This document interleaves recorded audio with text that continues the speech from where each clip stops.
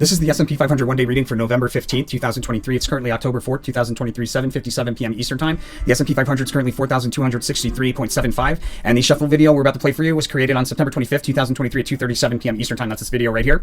The overall theme of behavior for the day we have, so the art card, it works in a few different ways, but basically what it is, it's talking about a retracement. There's a prominent move higher and then a full retracement of that move back down. But sometimes what happens is it'll appear after a prominent move higher card, and what it'll be indicating there is a full retracement back down. Sometimes it doesn't appear after like a prominent move higher card, and in cases like that, it's really like a move higher itself followed by a full retracement. I bring that up because my sense is if we end up at a high here at the end of the day, which very well might be the case, if we end up at a high at the end of the day on the 14th, I would say that the 15th is the full retracement. If we end up at a low on the 14th, which is less likely, but if we did, I'd say there's more likely to be like a pretty notable move higher followed by a retracement. But I think this is more of a retracement day. Behavior around the highest high for the day. We have a failed attempt to break through key resistance on a multi-day scale, followed by a decline through key support on a multi-day scale as well. The decline that takes us into the low also offers a notable opportunity to open up a long position. And that would make sense being that the 15th is most likely where we have a lowest low when we look at the 1 month. There's a cross-reading congruency here. The double X very often is a lowest low. And what I think happens is we either open higher and then we sell off, or I think more likely we open lower with a notable rally higher that takes place between the pre-market into the open. And then at the open, we create a crest and sell off from that crest down to and through support. We do a U-shaped reversal below support. That's support on a one-day chart at least.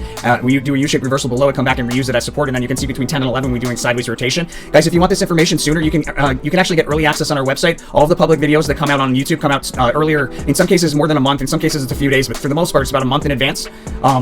And you can get that here. You go to our services on our website, Tarot for Traders. Estimate posts right here at the top. Click here to subscribe. $29 a month, $249 for the year. Great way to support the channel. And if you're a planner, you like to look ahead and plan your trades, that's a great way to do it. All right, so we have between 10 and 11 the sideways rotation. We rise to meet the nearest resistance and then fall back down and continue rotating sideways along key support. And it's probably the same support that we do the U-shaped dip below in the first half hour, come back and reuse it. And then the behavior gets more erratic between roughly 11 and 12. We have erratic behavior back and forth through the same price level. In the midst of that, we revisit a opportunity that we've recently met once before. Often it's a crest, but I have found recently that it's sometimes a trough. And in the case of this here, this erratic behavior here, it has a low correlation for the day. So we probably see our first low. Well, there's actually probably like a low here in the first 15 minutes or something. Right, there's a sharp drop, but this will be probably a lower price level here in the midst of this erratic behavior, and then there's going to be a big move midday. The full card indicates an opportunity that'll stand out on a time frame greater than the time frame of the reading. So this is a one-day reading. Time frame is a one-day chart. This is an opportunity that would stand out on a 1 month scale instead of a one-day scale, right? And that makes a lot of sense. Just adding more oomph, if you will, to the fact that there's most likely a lowest low here, and I think we probably revisit it. So we have a notable. Wow, Ace of Swords. We have a notable decline. There's a lot of volatility there in the middle of the day, and a notable decline that takes us to another low and a notable trade opportunity. This is probably the lowest low for the day, and out of that, there's a big move higher from the bottom of a range to the top of a range, and that's a range that's relevant on a one-day chart. But out of the decline, there should be a big move from the bottom of a range to the top of a range between roughly 1 and 2, and that's out of a low, and then we have a failed attempt to break through key resistance.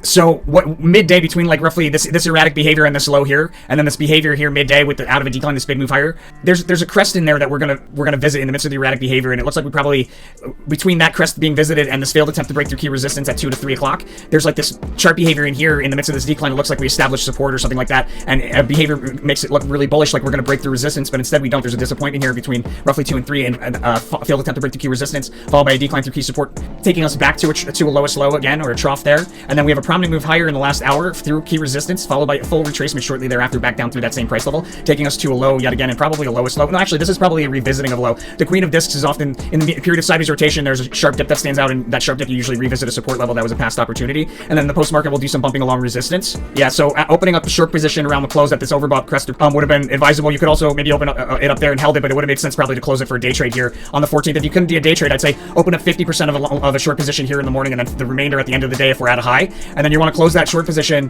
I would say at this low here that takes place before the big move higher from the bottom of a range to the top of a range. And if you miss that, there'd be another opportunity right at the close. As far as where we open the following day, it looks like we probably gap up. It may be that we come close to the price level here where we had this failed attempt to break through key resistance for the disappointment card. And maybe that we come close to it again here first thing in the morning. But instead we have this sharp drop to a low. And that's the S&P 500 for November 15th, 2023. Let me know what you think by hitting that like button. Don't forget to subscribe, my friends. And most importantly, make sure to follow that rule of karma. You do so here at the resources tab of our website, Tarot for Traders, where we ask that you donate 5% of the profits forward to one of these charities and 5% of the profits back to the channel here, leaving you with 90% of the money. Make sure to spend that money out of love. In essence, what you've done when you follow those rules of karma for the channel is you've guaranteed abundance mentality, gratitude mentality, and a clear conscience, all necessary components to continue manifesting wealth. Make sure to follow the rule of karma every single time you profit, my friends. Otherwise, the universe will shut you off from the flow of abundance. I've seen it happen. Don't do it.